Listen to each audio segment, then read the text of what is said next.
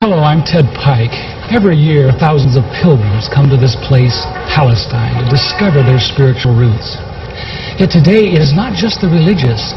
Mankind in general is turning its attention toward this land. Most of us realize that if World War III erupts, it could begin right here in a collision between Arab and Jew. What are the causes of this conflict between Arab and Jew? A conflict which never seems to go away. Before Zionist settlers came here around the turn of the century, this region was not particularly known for strife. Yet since then, it has known little but strife. Is there something within Judaism itself which acts as an abrasive on this land? To answer that question, we don't need to make another pilgrimage to Palestine. We don't need to visit historic sites or Jewish shrines. Instead, since Judaism is very much a religion of its literature, we need to go where its most sacred teachings are preserved. We need to go to a synagogue, in particular, the library of a synagogue.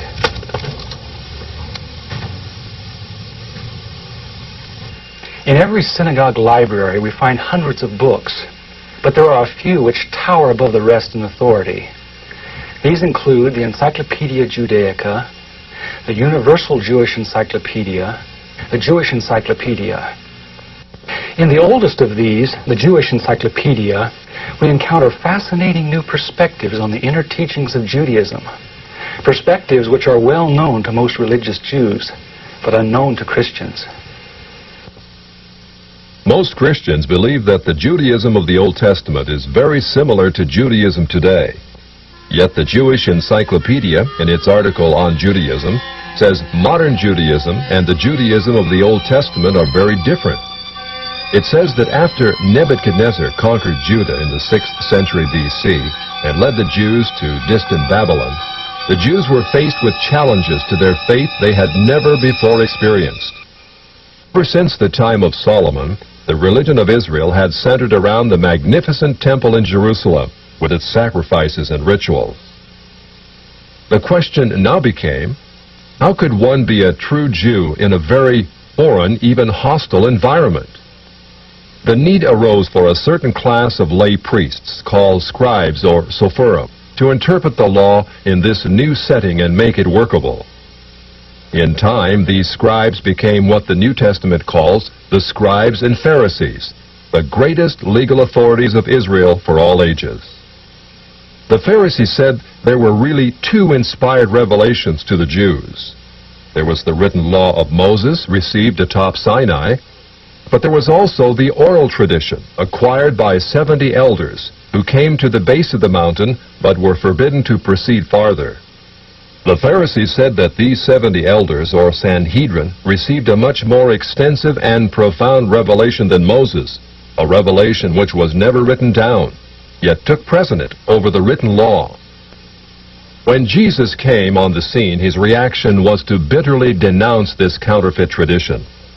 Christ said the Pharisees, by their tradition, had made the law of God of none effect. He considered the Pharisees the most dangerous leadership Israel ever had. In 70 AD, Jerusalem was destroyed by the Romans. Although Jewish sects such as the Sadducees now disappeared, the Pharisees emerged with even greater power over the Jewish people. The Jewish Encyclopedia describes the new role of the Pharisees. With the destruction of the temple, the Sadducees disappeared altogether, leaving the regulation of all Jewish affairs in the hands of the Pharisees. Henceforth, Jewish life was regulated by the Pharisees. The whole history of Judaism was reconstructed from the Pharisaic point of view. Pharisaism shaped the character of Judaism and the life and thought of the Jew for all of the future. In 135 AD, all Jews were expelled from Palestine. The Pharisees led most Palestinian Jews in a mass migration back to Babylon. The majority of Jews were already in Babylon and had been since the time of Nebuchadnezzar 600 years earlier.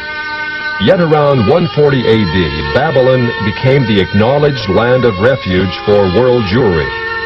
For another 1,000 years, Judaism flourished in Babylon under the leadership of the Pharisees. Great academies of the rabbis were established and thousands of new laws formulated. There, those same Pharisees who killed Jesus Christ remain the undisputed rulers of Judaism. In Babylon, the Pharisees codified their oral traditions into the Babylonian Talmud, the written form of that oral tradition which Jesus so bitterly rebuked. The Talmud reveals how deep was Israel's apostasy. In her beginning, God gave the Hebrews the loftiest, the most upright literature and ethics the world has ever known. Yet when they turned their backs on Him, they produced the Talmud, a work which has aptly been called a monument to human folly. The Talmud also helps us understand the basis for Christ's unflattering descriptions of the Pharisees.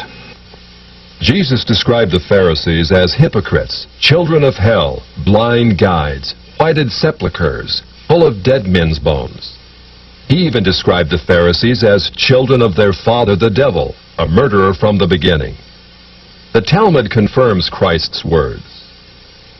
In the Talmud, in Treatise Sanhedrin, an extensive passage describes the right of the Pharisee to kill anyone, just as long as he did so indirectly. As one of dozens of examples, the Talmud tells us that if one bound his neighbor and he died of starvation, he is not liable to execution. In such an indirect manner, the Pharisees also killed Christ.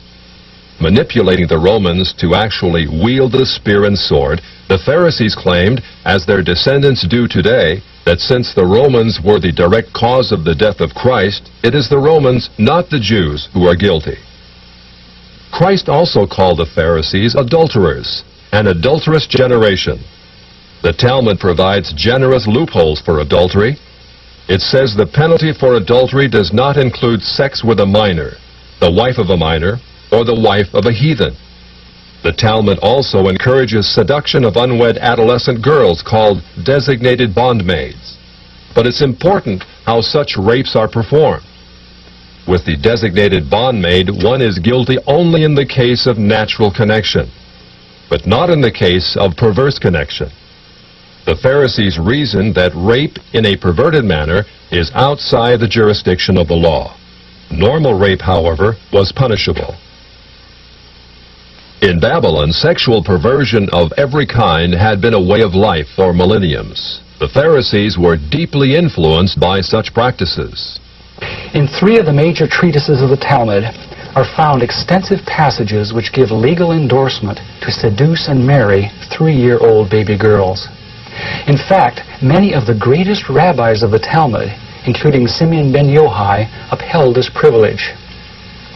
Today in Israel, thousands of Jews go to Meron every year to venerate the memory of Simeon ben Yochai, one of the most respected rabbis in the history of Judaism. In one of dozens of endorsements of child sex, Simeon ben Yochai said, "A proselyte under the age of 3 years and a day is permitted to marry a priest."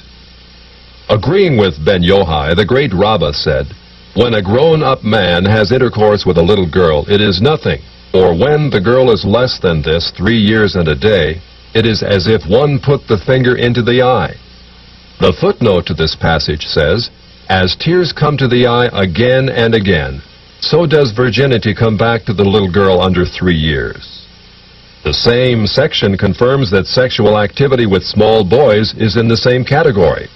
The intercourse of a small boy is not regarded as a sexual act. In addition to adulterers, Christ, in the story of the Good Samaritan, portrayed the Pharisees as racial bigots, too self-righteous to respond to the suffering of one who was not a Jew. It is true, because of the wickedness of the Canaanites, which included sodomy and infant sacrifice, Israel had been commanded by God to be harsh in her treatment of the inhabitants of the land. God made it clear that the Canaanites were not simply to be avoided, but destroyed. By the time of the New Testament, this method of preserving God's kingdom by separation and the sword had become obsolete. God no longer made a racial difference between men.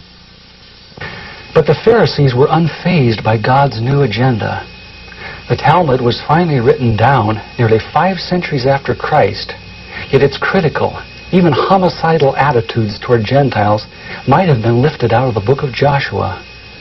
However, the quickest way to grasp the Talmudic view of Gentiles is not directly from the Talmud, but from the Jewish encyclopedias, If we quote an isolated opinion from the Talmud, a rabbi may quickly object, saying, "But that is not the overall opinion of the Talmud.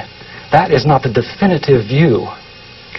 What the Jewish Encyclopedia provides us is a definitive overview of perhaps hundreds of rabbinic statements on any subject, giving us accurate summaries of what the Talmud generally teaches.